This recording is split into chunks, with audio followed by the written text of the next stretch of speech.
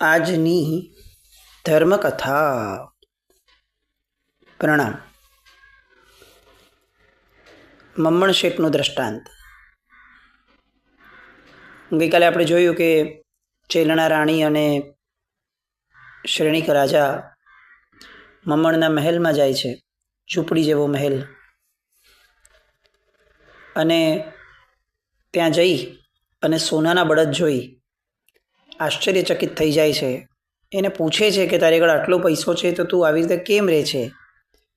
એની દલીલો સાંભળે છે, નિરર્થક લાગે છે, અને તેમ છતાં છેલ્લે પ્રશ્ન પૂછે છે કે તું આવા રત્ન જડેલા સોનાના બળદ તૈયાર કરીને પણ આખરે મેળવીશ શું? પ્રશ્ન બહુ સહજ છે. આપણે ગયા હોત આવી રીતે મમ્મણના ઘરે તો આપણને પ્રશ્ન હતા કે ભાઈ આટલી બધી વસ્તુઓ કોમ્પ્રોમાઇઝ કરી અને તમે બળદ બનાવો છો, એકચ્યુઅલી તમે બળદ બનાવીને મેળવો છો શું? બહુ સામાન્ય રીતે આપણને ઇંતજારી રહે કે મમ્મણે શું જવાબ આપ્યો છે કે શું મેળવે છે. પણ આ પ્રશ્ન એકચ્યુઅલી મમ્મણને નથી, આ આપણને દરેકને છે.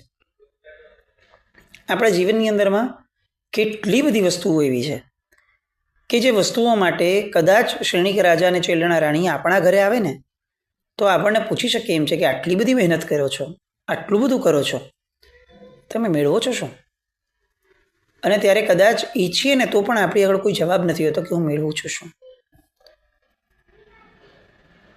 પૈસા કમાવા માટે 16 કલાક 18 કલાક સુધી મજૂરી કરતો માણસ, ધનાઢ્ય માણસ, ગરીબ માણસને પૂછે ને તો એમ કહી શકે કે હું પૈસા મેળવવા પ્રયત્ન કરું છું. ધનાઢ્ય માણસને પૂછો તો એ આ જવાબ નહીં આપી શકે, કારણ કે એની આગળ તો પૈસા છે જ ઓલરેડી. હું વધુ પૈસા મેળવવા માટે મહેનત કરું છું. આવું કહેનાર માણસને પણ એમ થાય કે વધુ એટલે કેટલા? તો એની આગળ કદાચ કોઈ ફિક્સ જવાબ નથી, અને કદાચ એ કોઈ જવાબ આપે છે તો પણ એ અંતિમ જવાબ નથી, કારણ કે એટલા મળી જશે ત્યારે એને એમ થશે કે ના, આટલા તો ઓછા પડે છે. કારણ સેલ્ફી દ્વારા કે બીજી બધી વસ્તુઓ દ્વારા સોશિયલ મીડિયામાં એક્ટિવ રહેનાર કોઈ બહેનને પૂછાય, કોઈ યંગર જનરેશનની વ્યક્તિને પૂછાય કે દોસ્ત તારે મેળવવું શું છે આ બધા દ્વારા? તમે એમ કહો કે મને કોઈકની લાઇક્સ મળશે ને મને ગમશે, તો પ્રશ્ન એ થાય કે લાઇક્સ મેળવી અને મેળવવું શું છે? એનાથી એક્ઝેક્ટલી શું થશે? ધર્મની વાત સાઈડ પર મૂકી દઈએ, અધ્યાત્મની વાત સાઈડ પર મૂકી દઈએ કે આ બધું અહીંયા મૂકીને જવાનું છે, આ તે, એ બધું સાઈડ પર. ચાલો, મેળવવું શું છે? ટેકનિકલી આ જગતની અંદરમાં એવી એક પણ ભૌતિક વસ્તુ નથી કે જે ભૌતિક વસ્તુની બાબતની અંદરમાં અગર કોઈ આપણને પૂછે કે આ મેળવીને કરવું શું છે, અને આપણી આગળ ડેપ્થવાળો જવાબ હશે. નહીં જ હોય. તમે જે જવાબ આપશો એના અંતે તમારી આગળ અનુત્તર રહેવા માટેનો એક પ્રશ્ન હશે. આ મેળવીને કરવું શું છે? આ. ચાલો ઓકે, તો એ મેળવીને શું કરવું છે? તો કે આ. એ મેળવીને શું કરવું છે? તો એ જવાબ નથી, બસ એ ઈચ્છા છે એટલે કરવું છે. ભૌતિક તત્વોની અંદરમાં એટલી બધી ટેમ્પરરીનેસ છે, એટલી બધી ક્ષણજીવી ઈચ્છાઓ છે આ, કે એનો કોઈ દીર્ઘકાળનો ગોલ જ નથી. મમ્મણ ઉપર આપણને એકચ્યુઅલી દયા આવે છે, જ્ઞાનીઓને આપણી પર દયા આવતી હશે. મમ્મણ માટે આપણે એવું વિચારીએ છીએ કે આ વિચારો ન ખાય છે સુખેથી, ન પીએ છે, ન સુખ ભોગવે છે, ન પરિવાર ઊભો કર્યો, કાંઈ ન કર્યું, ફક્ત બળદ બનાવે છે, મરી જશે આમને આમાં. બળદ એને શું લઈ જવાના છે? સળગાવાના છે પોતાની ભેગા? આવી રીતે કોણ ખર્ચો કરીને આવું બધું ભેગું કરે? આપણી માટે પણ ક્યારેક આવા પ્રશ્નો આપણે જાતે ઊભા કરવા જોઈએ. આખા દિવસની અંદરમાં જ્યારે પરિવારને ગૌણ કરીને, પોતાની જાતને ગૌણ કરીને, શુભતાઓને, ધર્મક્રિયાઓને ગૌણ કરીને આપણે જ્યારે બીજા કાર્યો કરીએ છીએ ત્યારે વિચાર કરવો જોઈએ કે આ બધા દ્વારા મારે મેળવવું શું છે? વિચારવું જોઈએ. આ પ્રશ્ન ભાઈઓ પૂરતો સીમિત રહેશે એવું નથી. એને તો હજી એકવાર પણ એમ ગોલ છે કે ભાઈ મારો પરિવાર સુખી રહેશે, હું નહીં રહું. ચાલો ઠીક છે. પણ મોબાઈલની અંદર, સોશિયલ મીડિયાની અંદરમાં જે ગિલછાથી આજની આપણી જનરેશન કે મોટી ઉંમરના ફિમેલ્સ એ જે રીતે પોતાનો સમય, પોતાની શક્તિઓ અને એના દ્વારા ઊભા થતા કશાયો, ઈર્ષ્યા, અદેખાઈ, આવી બધી સિરિયલો જોવા દ્વારા મનમાં ઊભા કરાતો એક ગ્લેમરનો મોહ, સ્ટેટસ, ટ્રેન્ડને ફોલો કરવાનો ઘેટા બકરાપણું, આ બધા દ્વારા મેળવવું શું છે? આ પ્રશ્ન જાતને પૂછવા જેવો છે.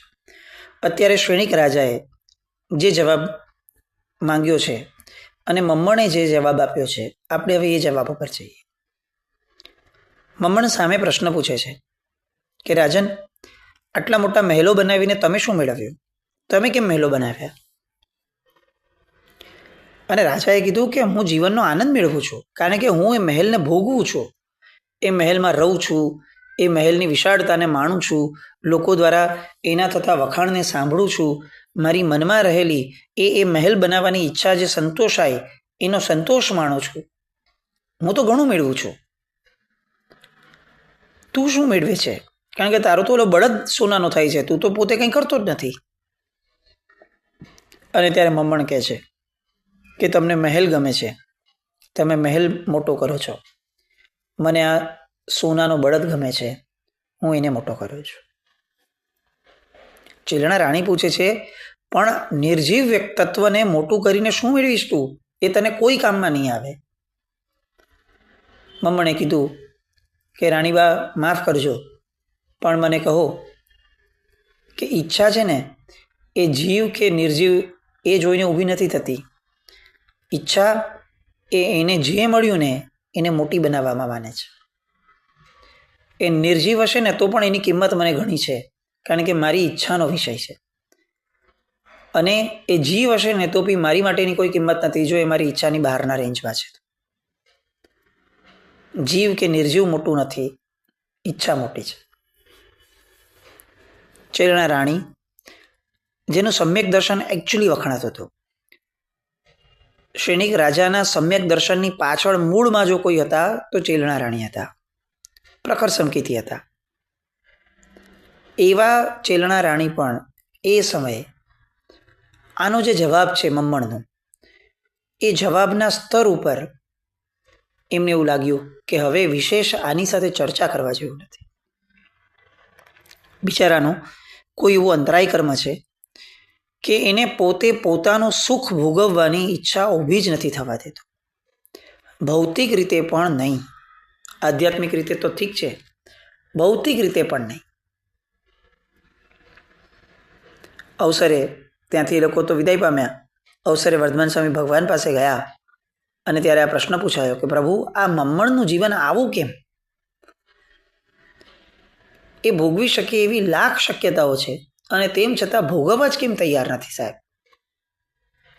અને ત્યારે પ્રભુ મમ્મણની આ જે મનોવૃત્તિ છે એના ભૂતકાળમાં જે એનું બીજ, જે એનું કારણ છે, એ કારણનો ઉત્તર આપે છે. શ્રેણિક અને ચેલણાની જિજ્ઞાસાનો પ્રત્યુત્તર આપે છે કે પૂર્વભવની અંદરમાં એકવાર એક મુનિવર એના ઘરે વોરવા આવ્યા. એ વખતે અત્યંત ભાવોલ્લાસથી એણે એમને મોદક વરાવ્યા, સિંહ કેસરિયા લાડુ, બહુ જ ઉલ્લાસથી વરાવ્યા. એટલો બધો ઉલ્લાસ, એટલો બધો આનંદ કે પોતાની શ્રેષ્ઠતમ વસ્તુ પોતે વરાવે છે, પોતાના શ્રેષ્ઠતમ ઉલ્લાસથી વરાવે છે, ઈચ્છાથી વરાવે છે, બધું જ સરસ, શ્રેષ્ઠતમ. મુનિવર તો વયા ગયા, પણ પછીથી બાજુવાળાએ આવીને વખાણ્યા કે જો આ મોદક કેવા હતા, ચાખ. અને એણે ચાખ્યા, એનો કણિયો ચાખ્યો અને એને એવું લાગ્યું કે આવું બેનમૂન મોદક મેં મુનિવરને વરાવી દીધું, મને ચાખવા ના ખાવાય ન મળ્યું. મુનિવરને તો કોઈ પણ ગોચરી ચાલી જાત, એમણે કંઈ મારી આગળ મોદક નહોતા માંગ્યા. અફસોસ તો થયો જ, પણ અફસોસનો વઘાર થયો કે એ મોદક પાછું લેવા ગયો. મુનિવરની પાછળ દોડે છે, મુનિવર ના પાડી દે છે કે અમે પાછા ન આપી શકીએ. અંતે અત્યંત આગ્રહપૂર્વક એ જ્યારે ભાગદોડ કરી અને એમને પકડવા માંગે છે ત્યારે મુનિરાજ વિચારે છે કે હું આને દોષમાં પાડું, આ જીવને, એના કરતાં આ મોદકને પરઠવી દઉં. ઉપાશ્રય જવાનો સ્કોપ જ નથી, ત્યાં સુધી આ માણસ મને પહોંચવા નહીં દે. અને જો એને આપું તો હું પણ દોષિત, એ પણ દોષિત. એટલે એ સમયે એમને પોતાનો વિવેક વાપરી અને મોદક પરઠવી દીધો. એ પરઠવેલા મોદકને જોઈ અને આ મમણના પૂર્વભવના જીવે કલ્પાંત કર્યો. ઉત્તમ તત્વને ઉત્તમતાપૂર્વક ભક્તિપૂર્વક કોઈ પણ એક તત્વ આપ્યા પછીથી અંશ માત્ર પણ એનો અફસોસ થાય ત્યારે મમ્મણને યાદ કરવા જેવું છે. કારણ કે એવું ભોગાંતરાય કર્મ બંધાય છે કે જે સમીપની અંદરમાં ભોગવી શકાય એવા અસંખ્ય નિમિત્તો હોવા છતાં ભોગાંતરાયનો એવો ગાઢ ઉપયોગ ઉદય આપે છે કે ભોગાંતરાય કર્મ એને ભોગવવાની ઈચ્છા પણ નથી ઊભી થવા દેતું. કેલ્ક્યુલેશન સમજાવે છે પ્રભુ કે એ ભવની અંદરમાં ઉત્તમ ભાવથી એણે લાડુ ભરાવ્યો હતો, તો એને એવું પુણ્યોપાર્જન કર્યું કે આ ભવની અંદરમાં ઢકલા બંધ પૈસા મળે. કદાચ શ્રેણિક રાજા પાસે ન હોય ને એવી સંપત્તિ એને પ્રાપ્ત થઈ. કરેલું સુકૃત ક્યારેય નિષ્ફળ નથી જતું. આપણે મમ્મણનો પૂર્વભવનો દ્રષ્ટાંત સાંભળે એટલે તરત એમ થાય કે લો પાછું લઈ લેવું તું વેસ્ટ ગયું ને, વ્યર્થમાં એણે આ લાડુ ભરાવાનું સુકૃત કર્યું, બધું જ એનું વેસ્ટ થઈ ગયું. ન થયું. આ માન્યતા જ ખોટી છે કે કોઈ પણ ક્રિયાનો અંત સારો કે ખરાબ આવે એટલા માત્રથી ક્રિયા સારી કે ખરાબ કે વ્યર્થ નથી થઈ જતી. એ ક્રિયા સમયે જે ભાવ હતા એનું ફળ અલગ છે, એના પરિણામ સમયે જે ભાવ્યા એનું ફળ અલગ છે. આપણે આ સિદ્ધાંતને ક્યારેય નથી સમજી શક્યા. કોઈ એક માણસ અઠ્ઠમ કરી લે, એને અઠ્ઠમ કર્યા પછીથી એ પ્રભાવના માટે દોડાદોડ કરતો હોય ને, તો આપણે એટલા બધા એની માટે નબળા કમેન્ટ આપી દઈએ કે આની માટે કંઈ ધર્મ કરાતું હશે, આ તારો અઠ્ઠમ વેસ્ટ ગયો, વ્યર્થ છે તારો અઠ્ઠમ.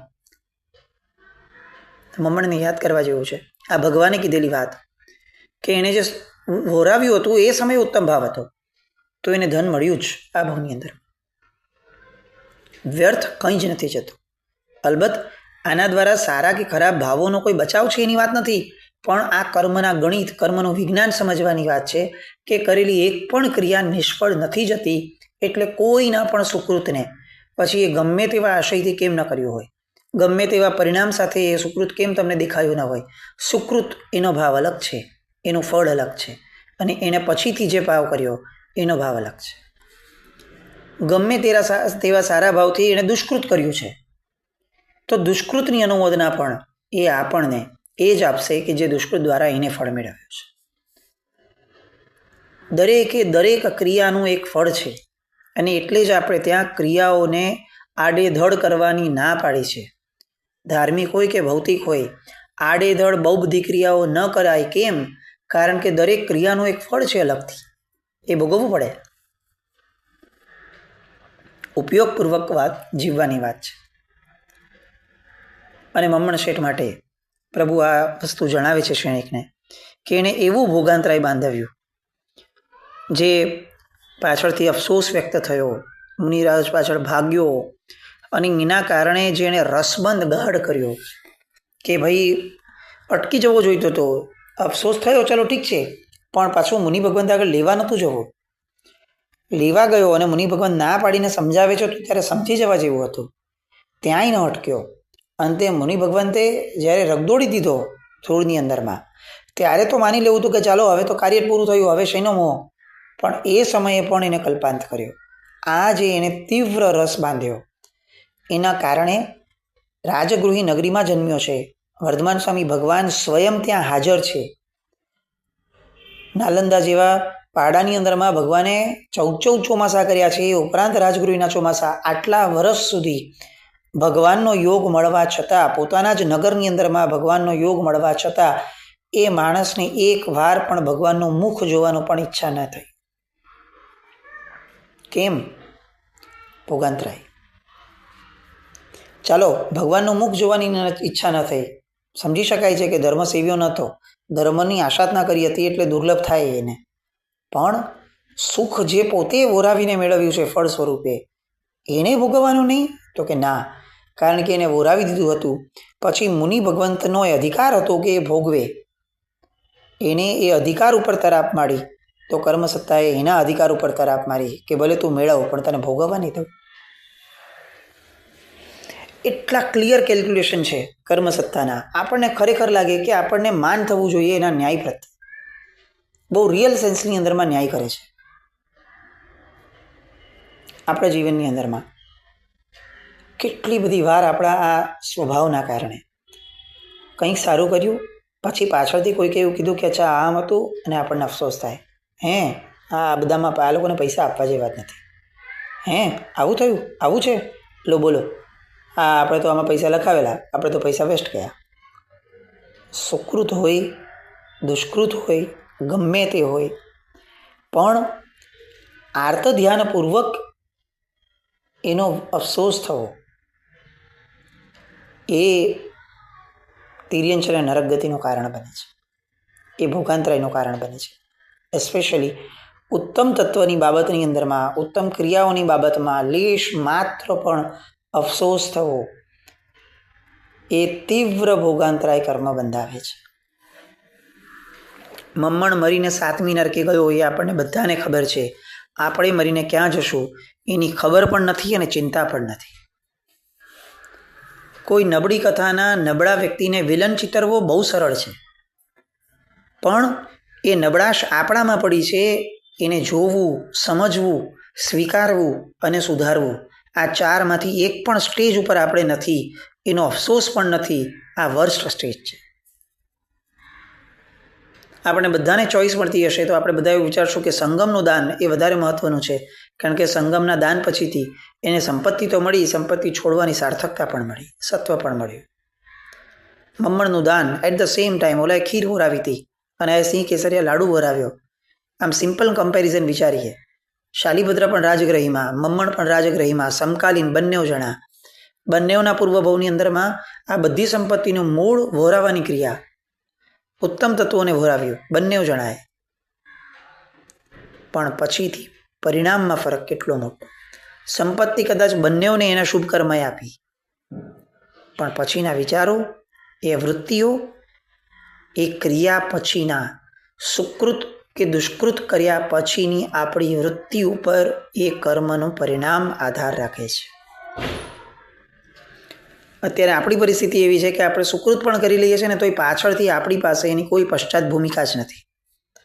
ધ મુમેન્ટ આપણે કોઈ સારું કાર્ય કરી લીધું, પૈસા લખાવી દીધા, વી આર ડન, બીજા કામમાં જોડાઈ ગયા, વાત પૂરી થઈ ગઈ, યાદ જ નથી. કોઈ યાદ કરાવે તો ઠીક છે, અધરવાઇઝ આપણે યાદ જ નથી. આવા સુકૃતોના ઢગલા છે આપણા જીવનમાં કે જે સુકૃતોની પાછળ આપણી કોઈ ભૂમિકા જ નથી. સુકૃતોનું અનુમોદન એ આપણા જીવનનો સૌથી મહત્વનો ભાગ હોવો જોઈતો હતો, એ કમ્પ્લીટલી નીકળી ગયો. ન આપણા ન બીજાના સુકૃતોનું અનુમોદન નથી. હા, તમે કહો કે કોઈની નિંદા કરવી છે તો આપણે એની પાછળની પૂર્વ ભૂમિકામાં, પશ્ચાત ભૂમિકામાં આપણે એક્સપર્ટ છીએ. મમ્મણનું દ્રષ્ટાંત એ ફક્ત અહીંયા પંડિત વીર વિજયજી મહારાજ સાહેબ એટલા માટે નથી લખતા કે ભોગાંતરાય કર્મ બંધાય છે તો ભાઈ તમે ભોગાંતરાય કર્મ નહીં બાંધતા. એ સામે એમ કહે છે કે આવા તીવ્ર ભોગાંતરાય કર્મના કારણે 7મી નરકના તળિયે મમ્મણને જવું પડ્યું. ભાઈ, આપણે બચીને રહેવા જેવું છે. નરક ગમન જો નથી જ જોઈતું તો નરકને પ્રાયોગ્ય એવા કર્મો નહીં જ કરવા પડે. કર્મ સત્તા એવી ઉદાર નથી કે આપણને સિમ્પથી આપશે, અને એવી ક્રૂર નથી કે આપણને પનિશમેન્ટ આપશે. એ આપણે જે કર્યું છે એક્ઝેક્ટ અદ્દલો અદ્દલ એનો ન્યાય જ કરવાની છે. એટલે કર્મ ક્યારેય ક્રૂર નથી હોતું, કર્મ ક્યારે પણ ઉદાર નથી હોતું. It is we who decides. આપણે જ છીએ કે જે આપણું ભવિષ્ય નિર્માણ કરીએ છીએ.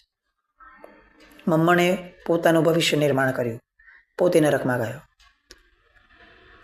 આ ભોગાંતરાય કર્મના ઉદયના આ દ્રષ્ટાંત દ્વારા પંડિત વીર વિજયજી મહારાજ સાહેબ આપણને કહેવા માંગે છે કે આપણું કર્મ આપણે નક્કી કરવાનું છે. નક્કી આપણે કરવાનું કે આપણે સંગમની જેવું દાન કર્યું છે, સુકૃત કર્યું છે કે મમ્મણ જેવું. સુકૃતનું અનુમોદન છે કે સુકૃતની નિંદા છે, સુકૃતનો અફસોસ છે. અંશ માત્ર પણ અફસોસ જીવનમાં ક્યારે કર્યો છે તો એનો અફસોસ કરવા જેવો છે, અને જીવનમાં હવે જાગવાની જરૂર છે.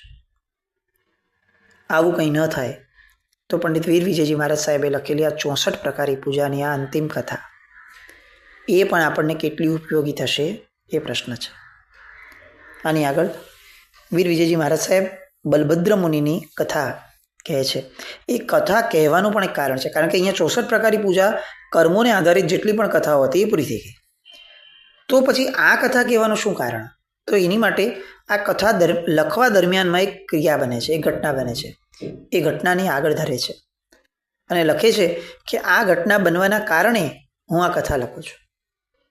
એ ઘટના, એ કથા, એ વાતો આવતીકાલ પર રાખીએ. જી નાગના કંઈ પણ બોલાવ્યું હોય તો મિચ્છામિ દુક્કડમ. જૈનમ જય અતિશાસ.